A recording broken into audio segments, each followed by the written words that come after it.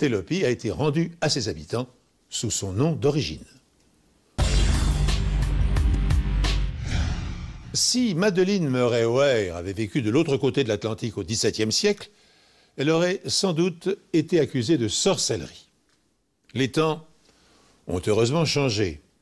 Et même si aujourd'hui l'athéisme n'est plus un crime punissable du bûcher, il provoque toujours aux États-Unis des réactions violentes. C'est pourquoi, lorsque Madame O'Hair disparaît avec l'argent de son association, ragots et rumeurs vont bon train, jusqu'à ce que la police découvre qu'elle a été victime d'une sombre machination. Madeleine Murray O'Hair était souvent surnommée la femme la plus haïe de toute l'Amérique. Mr. Withers, is this a form of harassment? If it is, I will leave. I am creating the record, ma'am. No, you're not creating the Yes, I record. am. You are wasting my time. These are... When you're done reading that, call me. I'll be in the ladies' room.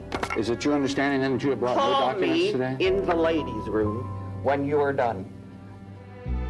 Cette athée convaincue devient célèbre en 1963 lorsqu'elle s'oppose à la pratique de la prière dans les écoles publiques.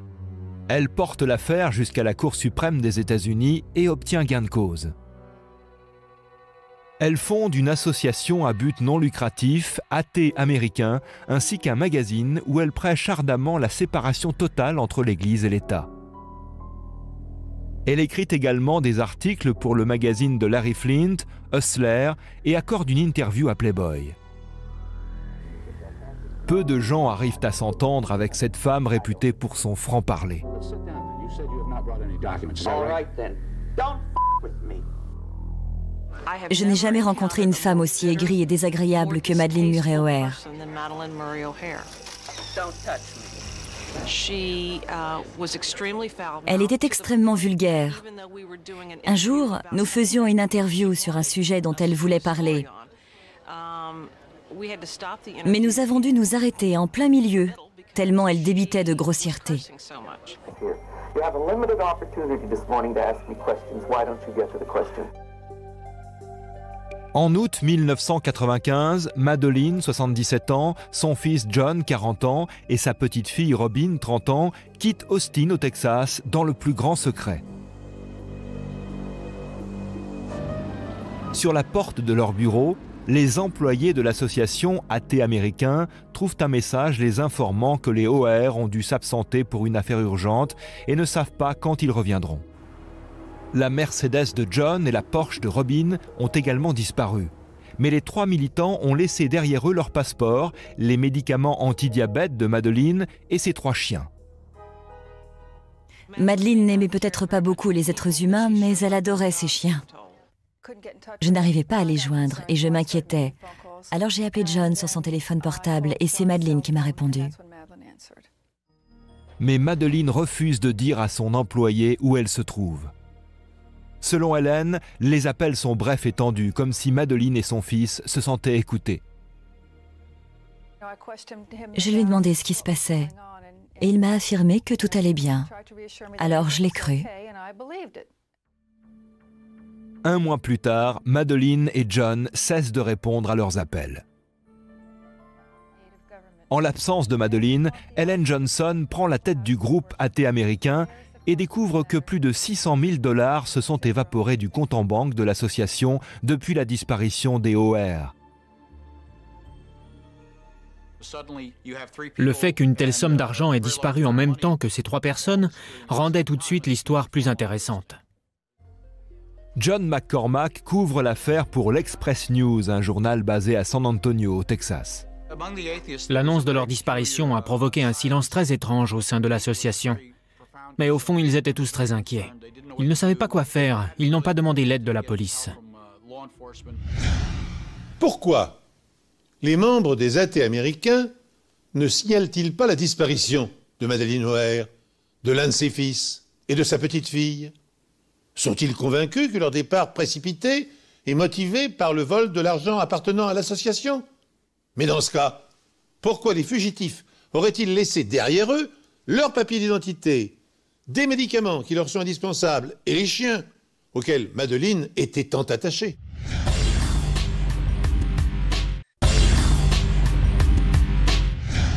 Aucun membre des athées américains ne signale cette disparition. Ce n'est qu'1 an plus tard que Bill Murray, un fils de Madeleine avec qui elle s'était brouillée, la déclarera disparue auprès de la police d'Austin. Madeleine et Bill ont eu une relation chaotique. En 1980, le jour de la fête des mères, Bill annonce à Madeleine qu'il a embrassé le christianisme et n'est donc plus athée. Puis il écrit un livre et tourne un film dans lequel il dénonce les idées de sa mère.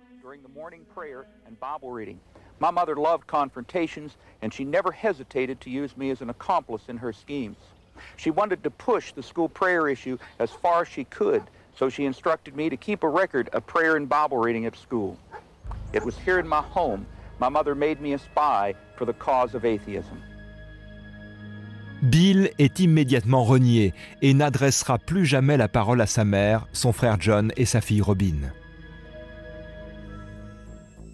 1 an après la disparition de Madeleine Murray O'Hare, de son fils et de sa petite-fille, le journaliste John McCormack avance de ce que les athées américains savent déjà. John Murray a retiré $600 000 du compte en banque de l'association quelques semaines après s'être évanoui dans la nature. McCormack étudie également la liste des appels passés sur le téléphone portable de John. Elle indique qu'il résidait à San Antonio et nombre des 200 numéros appelés sont assez douteux. Ils avaient appelé des institutions bancaires, des compagnies aériennes, des pharmacies pour se procurer les médicaments de Madeleine. En tout, il y avait plus de 150 appels.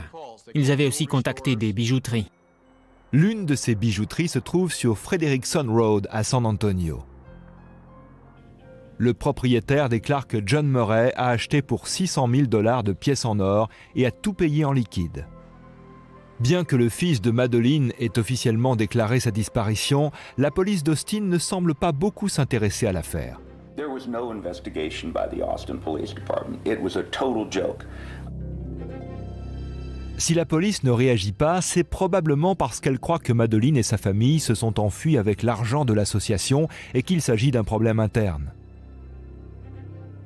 Je me suis demandé comment une personne aussi célèbre pouvait disparaître avec une telle fortune sans que personne ne s'en soucie. Alors j'ai décidé de me joindre à l'équipe qui menait l'enquête. La journaliste de télévision Valerie Williams découvre que John Murray a revendu sa Mercedes pour $15 000, c'est-à-dire bien en deçà de sa valeur réelle, à cet homme, Mark Sparrow.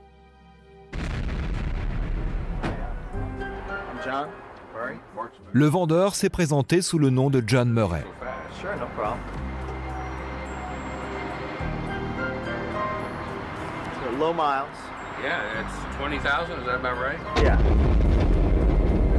Mais lorsqu'on lui montre une photo de John Murray, Mark Sparrow affirme que ce n'est pas l'homme qui lui a vendu la voiture.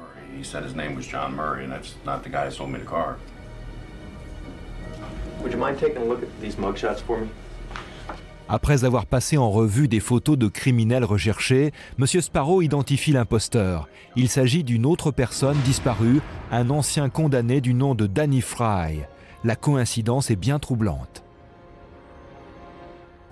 La famille de Danny Fry déclare qu'il collaborait avec David Waters, un autre ancien condamné qui avait lui-même travaillé pour Madeleine O'Hare et s'était disputé avec elle. En 1993, Madeleine embauche David Waters comme chef de bureau. Elle le licencie au bout de quelques mois, affirmant qu'il a détourné $50 000 appartenant à l'association. Waters est inculpé pour escroquerie.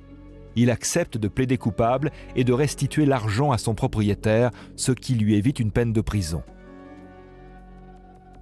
Mais Madeleine est furieuse que Waters ait été relâché.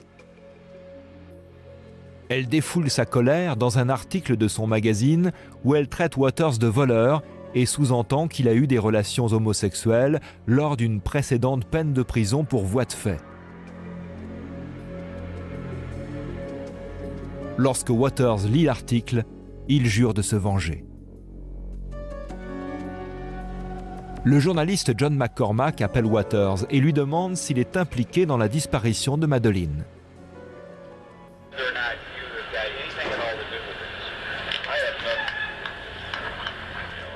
Je n'ai pas cru un seul mot de ce qu'il m'a dit, mais il était très affirmatif.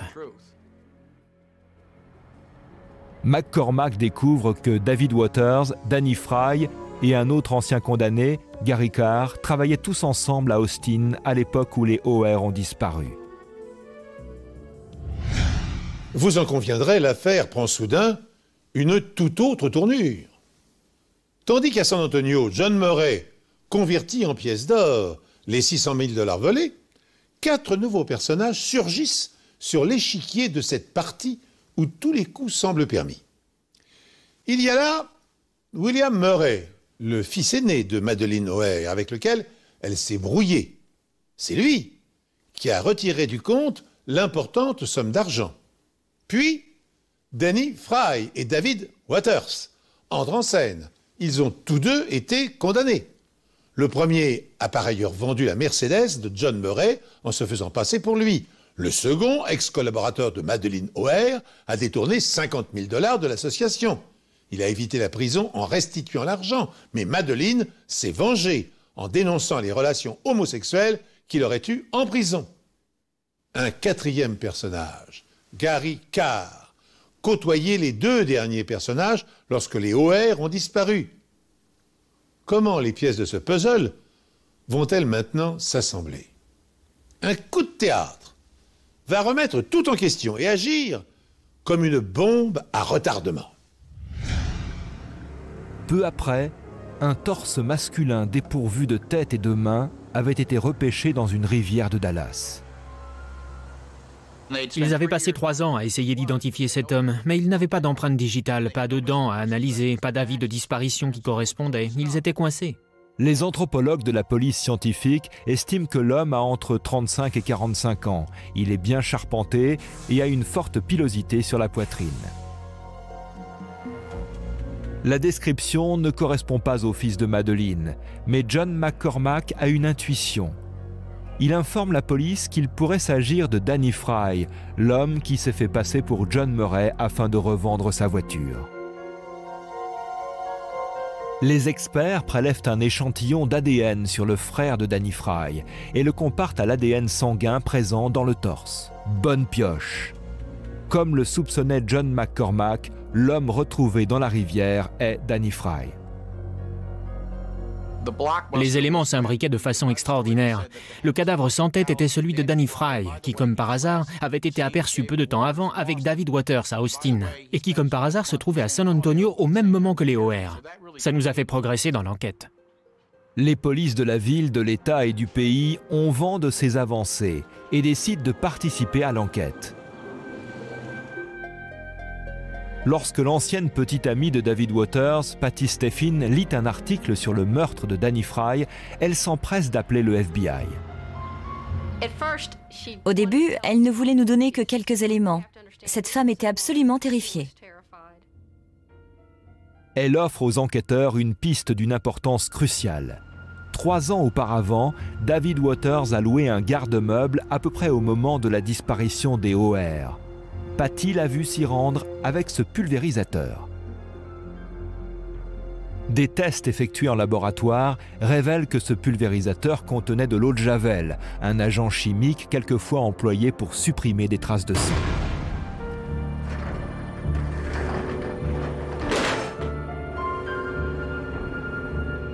Armés d'un mandat de perquisition, les policiers fouillent le garde-meuble et découvrent une minuscule tache rouge sur le mur, derrière un morceau d'aluminium. Elle est si petite qu'elle en est presque invisible.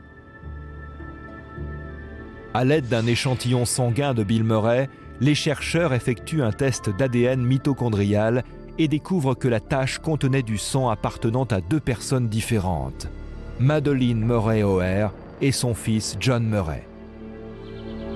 Le FBI décide de fouiller l'appartement de David Waters. Nous avons trouvé des documents qui appartenaient à l'association et dont la date était postérieure au licenciement de David Waters. En tant qu'ancien condamné, M. Waters n'avait pas le droit de posséder d'armes ou de munitions. Et nous avons trouvé chez lui environ 118 cartouches de 3 calibres différents. Il trouve même des livres qui proviennent de la bibliothèque des OR, ainsi qu'une scie à archet. Le FBI confronte David Waters aux preuves scientifiques et physiques qui pèsent sur lui. Le suspect hésite, mais finit par emmener les enquêteurs dans un endroit isolé, à Kempwood, au Texas.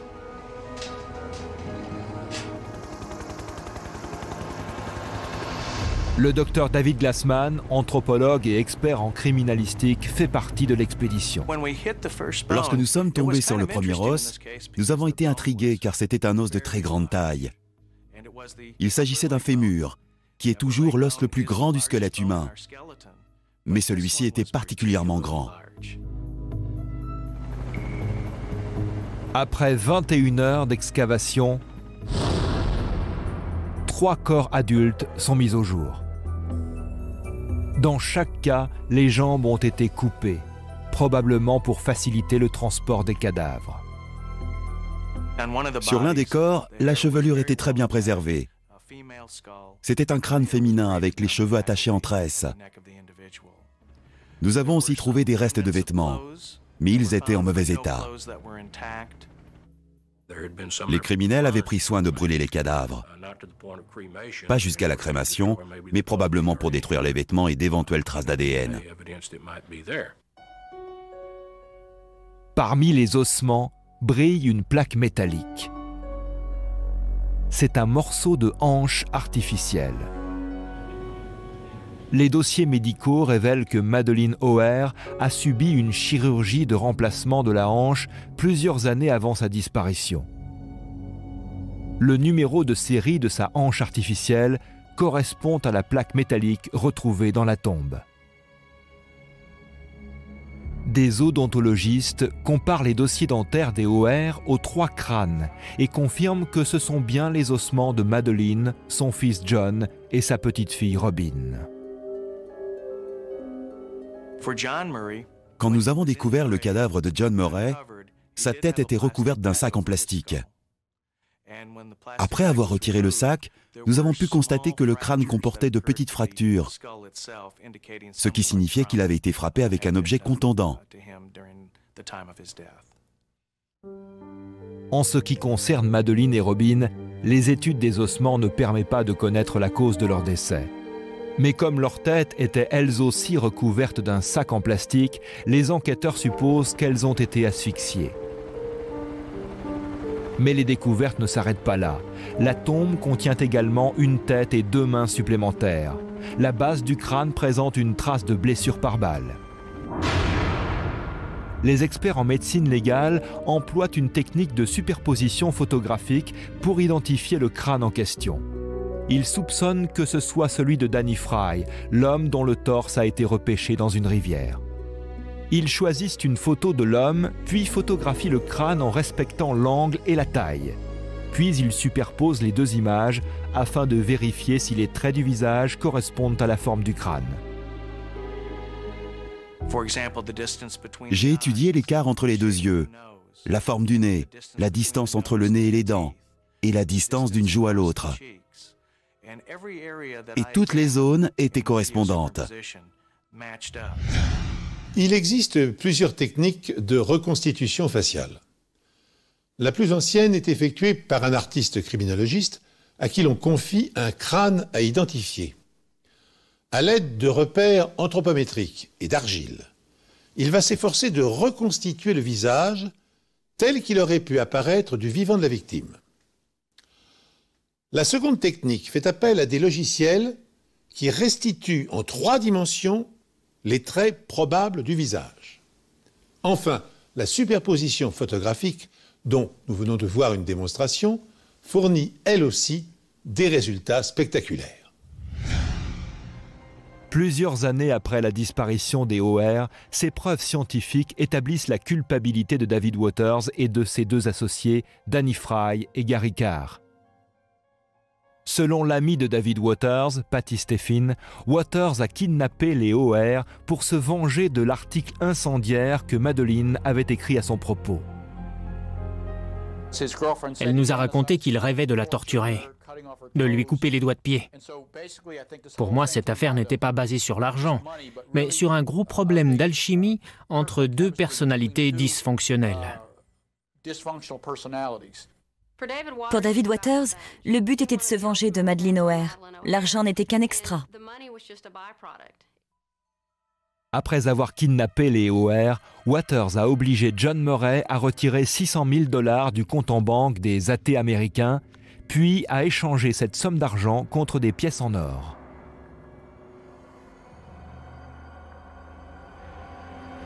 La famille O'Hare était probablement déjà dans la tombe lorsque Danny Fry s'est fait passer pour John Murray et a revendu sa voiture. Mais pourquoi Danny Fry s'est-il lui aussi fait supprimer? Il semble que ce soit son alcoolisme qui lui ait coûté la vie. Nous savons que Danny Fry buvait beaucoup. Et il devenait très bavard lorsqu'il était saoul. David en avait même parlé à Bob Fry. Et il lui avait dit « Ton frère parle trop ». C'est sûrement ce défaut qui l'a perdu. Mais David Waters a commis plusieurs erreurs graves.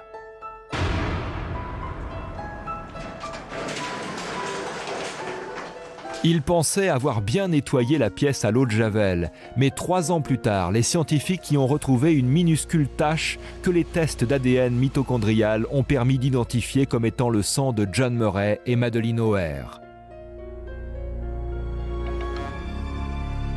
Il croyait également être tranquille en coupant la tête et les mains de Danny Fry. Mais l'analyse ADN et la technique de superposition photographique étaient suffisants pour identifier le corps. Ironie du sort, Waters n'a jamais pu profiter des 600 000 $ qu'il avait dérobés à l'association, car lui-même se les a fait voler. Il a commis une erreur fatale. Il a entreposé tout cet argent dans un garde-meuble à Austin. Et 3 types qui recherchaient des télévisions ont ouvert la porte avec un pass et trouvé une valise qui contenait un demi-million de dollars en or. Pour son rôle dans cette affaire, David Waters est condamné à 80 ans de prison. Son complice Gary Carr est condamné à la prison à perpétuité.